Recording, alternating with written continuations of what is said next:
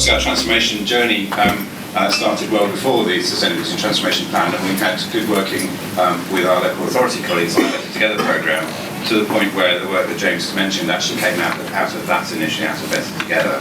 And then in Dorset we've had a very active discussion with patient groups, with clinicians, trying to get them to leave their baggage at the door and their organisation at the door and say what's best for sorting out the future of healthcare. We're not a health economy in crisis, but we have an awful lot of elderly people like living in the South Coast and in our patch of the world, and we're about 10 years older on average than not individually, but in aggregate, 10 years older than the average in the UK. And that also creates some significant pressures on the workforce, on house prices, and indeed on the needs of our population. So when we got to the Sustainability and Transformation Plan, we kind of knew what we needed to do. And that was also a shared vision between health and social care organisations. And I've worked in the Dorset economy for a long time and worked with local authority colleagues for a long time. I find myself in their buildings rather than mine an awful lot at the moment. We're working with them, which is great. So just a bit of a background for Dorset. We're about 750,000 population, resident population, and 3 local authorities, 3 acute trusts, none of them particularly enormous. They're average general hospitals, and 1 big combined mental health and community provider, some private provision around that. And the dwindling number of GP practices, we started at 100 and it's going down. We do have an awful lot of holidaymakers coming in as well, so again we get a lot of transient members of the population. So in terms of our digital journey, and obviously this will be in common with everyone else, but it kind of started, I guess, and the current round of it, I go back a long way and also with this, but the current round of it started with Jeremy Hunt saying we're going to get paperless by 2020, and then Beverly Warwick saying, well, how are you going to do that? The local digital roadmap initially was really how do we get paperless by 2020 and creating a 5-year plan. And again, partly through the work that we were already doing, we had some clarity around that. But also, I guess, some concerns about how we'd be able to afford to meet that vision. It's interesting the Watcher review having come along, that's looking very much at acute care, and not where we've been trying to do, which is to say, particularly with our Sustainability Transformation Plan, it's about pulling things away from the acute hospitals, and that's actually still quite a concern to me. And I think it's also worth remembering all the way back to Wanless, which said, we've got a chronic underspend on healthcare in the UK. We're still spending not a lot more than 1% of turnover on the use of technology. So if we want to transform and do all these marvellous things with digital, we really are going to have to get serious about spending more money. And of course, a lot of it was spent perhaps not so well. So Keith McNeil, the new Chief Clinical Information Officer for the NHS, said that if you can't produce your plan on a single sheet of paper, then it's not a plan worth producing. At a recent meeting I was at, this is our sustainability and transformation plan on one slide, and it's probably not that different to the thinking that most people have. Is everyone's into these triangles, the co-superiority triangles.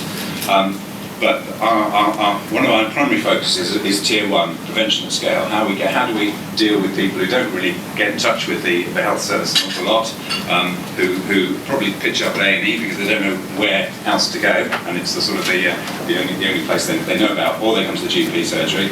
And how do we help them to help themselves? How do we make sure the information is available to them? And there's a real struggle for me there, I suppose, about what's being done nationally, NHS.UK, there's lots of money being spent on national resources. How do we make sure that the local element of that is right? How do we make sure that our local resources are all marshalled and made simple for people to navigate? And that's an interesting area. We are attempting to bring our health and care to patients by concentrating on integrated community services and moving things where we can out of the acute hospitals, and a bit more of that a bit later. But anyone with long-term condition or moderate need, where we can, this shouldn't be going anywhere near our hospitals. And then I mentioned we've got 3 fairly average acute hospitals. We don't have any university hospitals or big sort of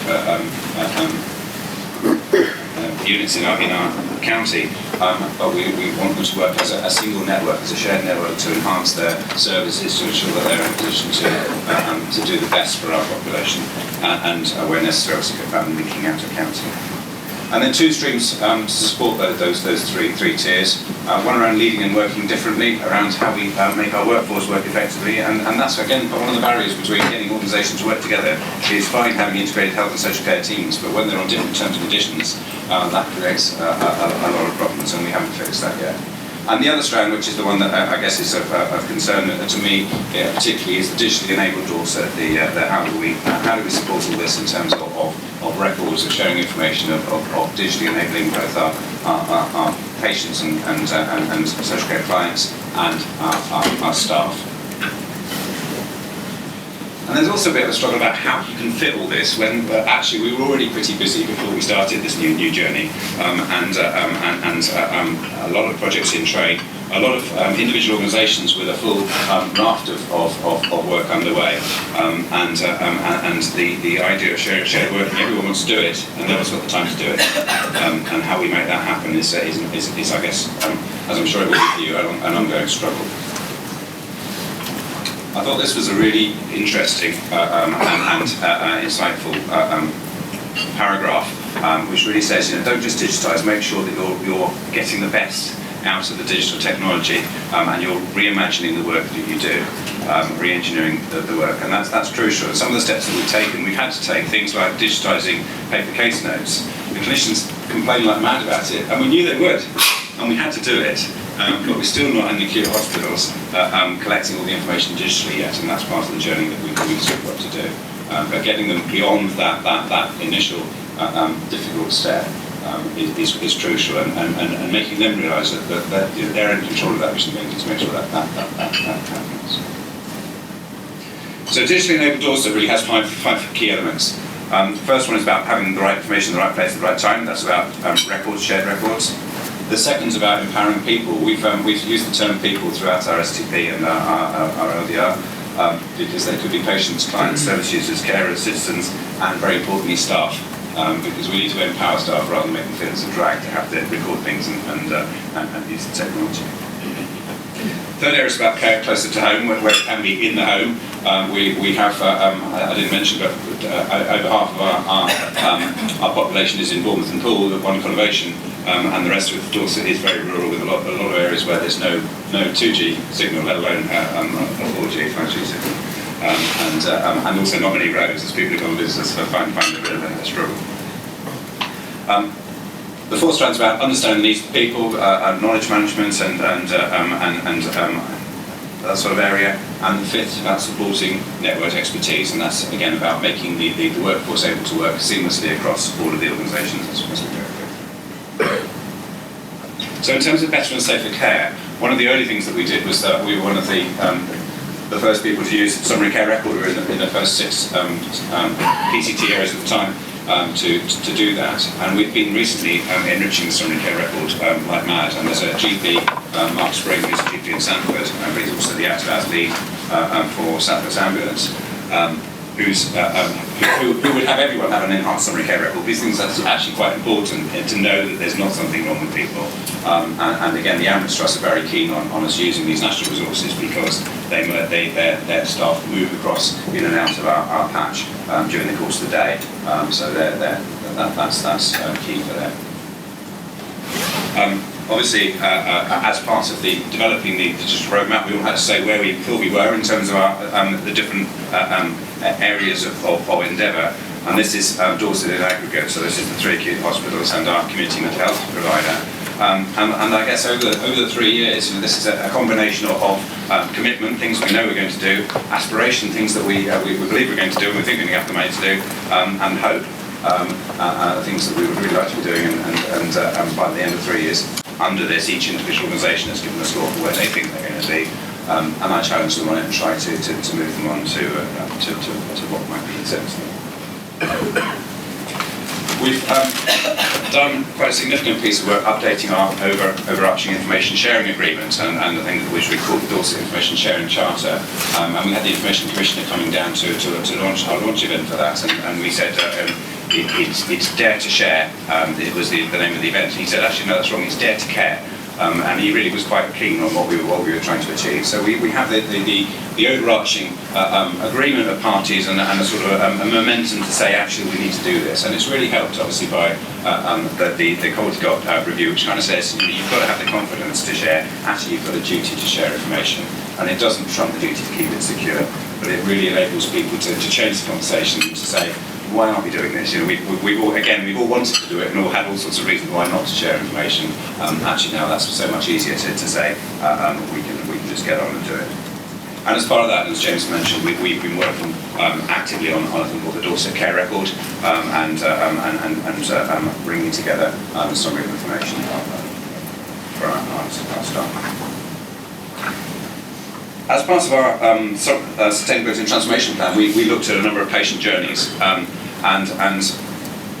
they were developed with patient groups and clinicians, and I kept knocking on the door and saying, we'd really like to help you with this and make sure that technology is part of the piece. But the initial phases were very much about making sure that the clinical teams didn't get all these horrible management people getting in the way and frustrating their efforts. So it took a while to do that, but we've overlaid on the work that they did across a range of different patient examples. How are we going to technologically enable them to have a better, smoother journey through the health and care system? And how do we make sure that we've got the right tools there to enable them to have that enhanced journey?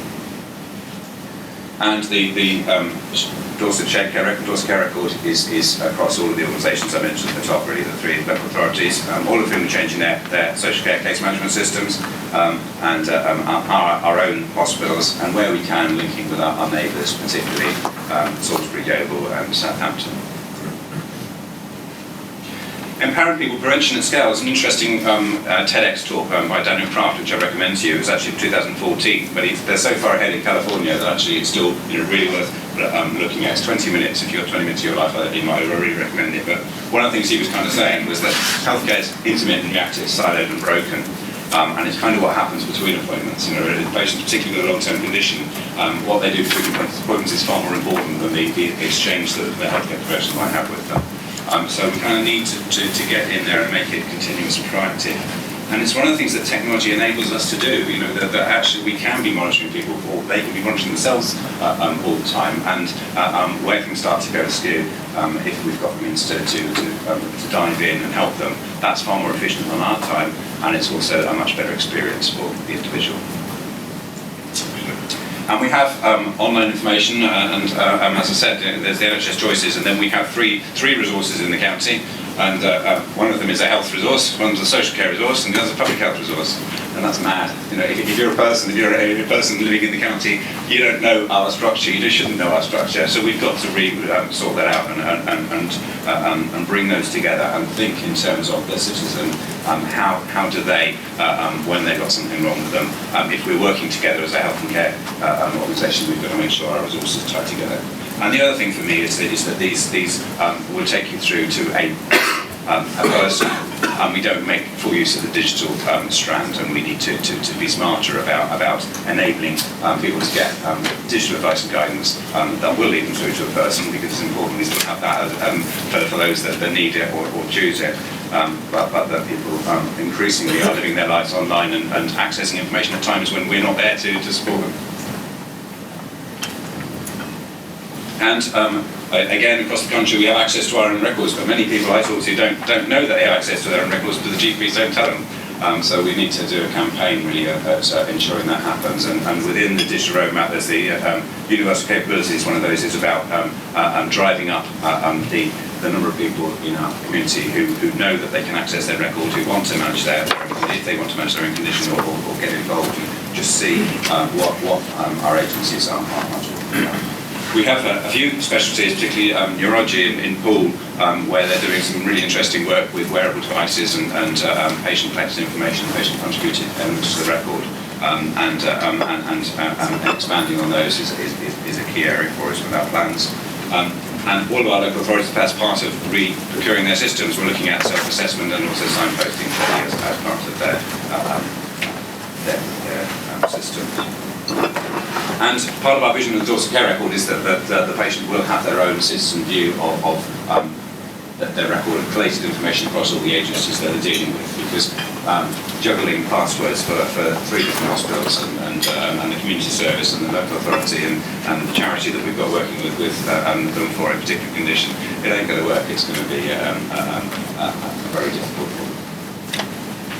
And also we've been thinking around obviously the areas of access by carers, access in care homes, and particularly System 1 is the predominant DP system in the county, and they have a module which we're rolling out for care homes to be able to access for people who are in their care. And understanding that we're not really going to be in control of this. When we get into personal health records, it's going to be down to the choice of the patients. How do we enable them to how do we feed their choice of information system? And that's a challenge that we haven't got the answers to yet, but we're working through that.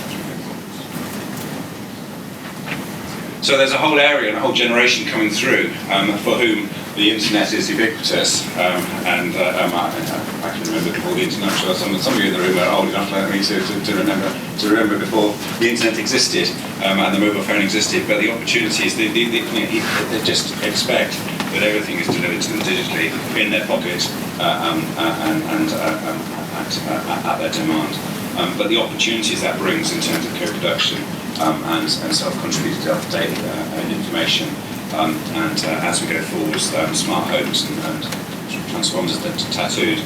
I saw something around an endoscopy system, which was like a pill, and you just swallowed it, and it was transmitting as it went down through the body. It's incredible the way the technology is going, and the opportunities that brings, and the data that will need to be managed, and the information that we need to clean up. Part of our ambition in terms of care close to the home is around early discharge to the community with good care packages. Of course, there's a real struggle there because the local authorities are in crisis in terms of how they manage their caseloads and how they keep social care going and keep any other services around that. And I know because in my spare time I'm a counsellor.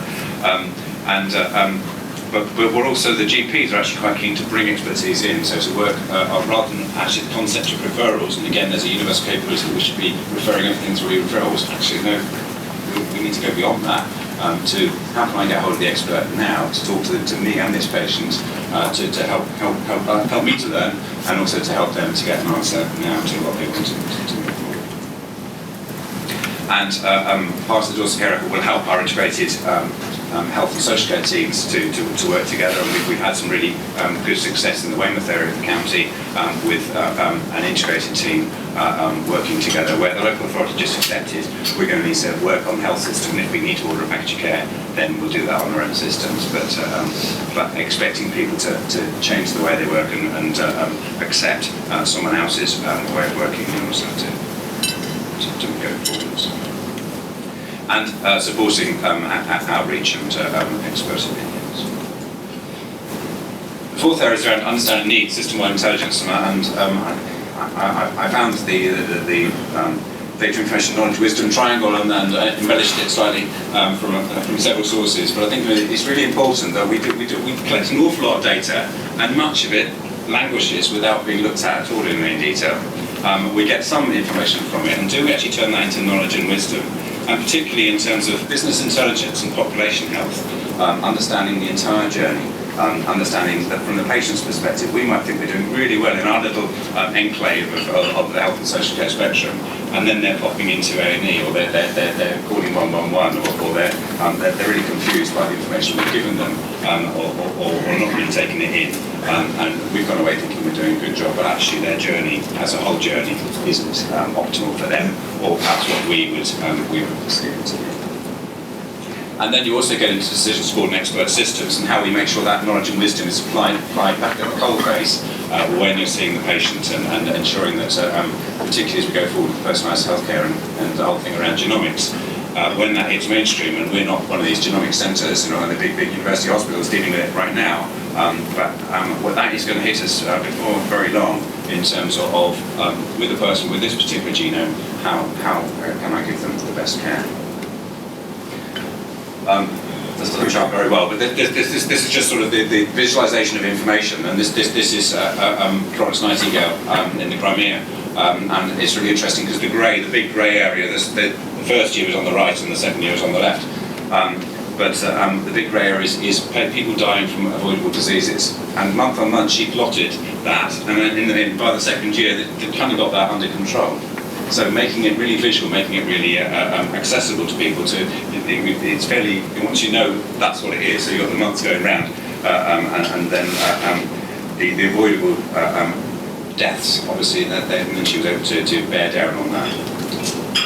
And this is a slide actually from GraphNet, from Orion. And it's interesting that when you look at genomics, there's 6 genes in the body that will tell you how quickly you metabolize drugs. And the opportunity for if you know the genetic makeup of these 6 genes, then you can tell the patients on the right, the 10% of people, that you're potentially overdosing because they're slow metabolizers and drugs are going to spend a long time going through their bodies. Well, if we know that, then surely we're going to know the patients who are going to turn up in ITU because we've given them an overdose. And the ultra-rapid metabolizers, whom the drug hardly touches the sides and it's out, and they clearly need more dose or a different way of administering the dose in order to make it work. So the genomic stuff is really going to come and hit us, and the opportunity then to say, okay, so what type is this person, and how do we then, at the point of prescribing the drug, make it appropriate for them? And I think that's really quite exciting. We have, this is a map of Dorset, and we have, and I'm sure Phil will cover this in the session around the Sustainability and Transformation Plan. But we've got a number of community hospitals, 11 in total at the moment, and there's a vision that reshapes those into community hubs. They won't all necessarily be, and this is not finalised, it's going out to consultation very, very soon. Our 3 acute hospitals, Poole and Bournemouth, are very close together, and one of those will become more of a major urgent care centre, and the other will be more planned work. And as a part of that, we then need to support that in terms of the integrated network.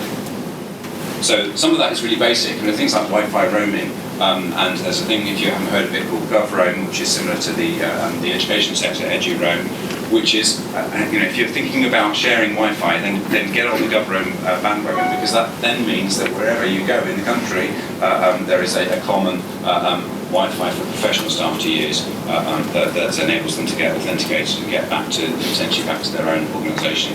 And it just makes perfect sense to me. Authenticating when you're on local authority buildings or health buildings, shared records, shared diagnostic information. We've got to fix all these things, and these are all things that we've known about and we've been working on, but the pace in order to underpin and support the sustainability transformation plans and the change that is planned is really important. There's also lots of discussions about integrating primary and secondary care, and every time I go to a meeting I come away with yet another vision from someone of how digital Dorset is going to solve the world for them. And sadly I went to a meeting about cancer with one of the chief executives, and she just said, oh, digital Dorset's going to solve that. Well, yes, it might do if you tell me exactly what you want. And part of what they wanted was around cancer survivorship and people who are living much longer than they used to, and how they just can't cope with that in secondary care, so they're pushing it out to primary care.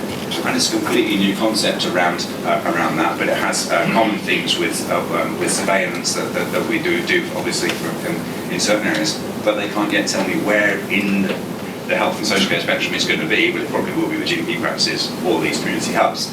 And so which teams will be doing it, which systems they have currently, or we might need to put in.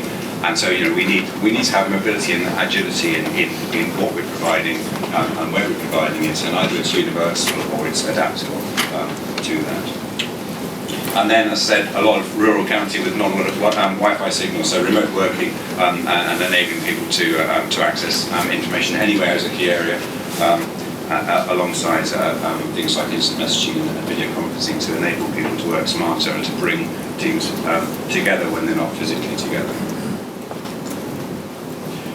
As part of our procurement for Dorset Care Record, we actually set up a Connectathon. It was back in February. We've been at it some time.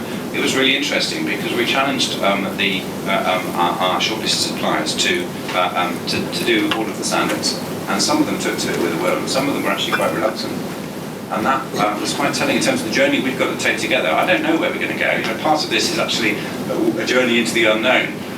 But what I do know is that there are things like Endeavour, and it's now emerging more and more, the concept of using some of the fire resources from HR7, that if a supplier tells me that that's not the way they do things, that's not a supplier I want to work with. And so actually having Connectthon exposed that very sharply to us. It was challenging them to work with their enemies, and they did, and that was really helpful. But the whole area around GP connected into open can't come too soon for me in terms of ensuring that we can make our different systems work together. And the other area, and I don't know how I'm doing for time doing, am I okay? You're fine, yeah. The other area that we've been working on is opportunities to work with universities and industry. We just happen to have in Bournemouth the second most famous university in the world for animation, and so we're trying to use that, and we're doing some stuff around virtual reality and dementia, looking at diagnosing early onset dementia. And we're doing some other work with them. We've got all these students being churned out, many of whom go off to California to have a wonderful life, but some stay local, and some of the industries locally to us have spun out of that. So that's a really interesting area that we're looking at. We're also working in the social care space on rural isolation and circles of care, and again a small company locally to us who are doing lots of work with care homes, but also with people very elderly living alone, how we can support them in their Okay, so that's the Dorset Care journey in terms of how our digital record is supporting our sustainability and transformation plan. It's a bit of a romp through. I hope it's got a few things in there for you.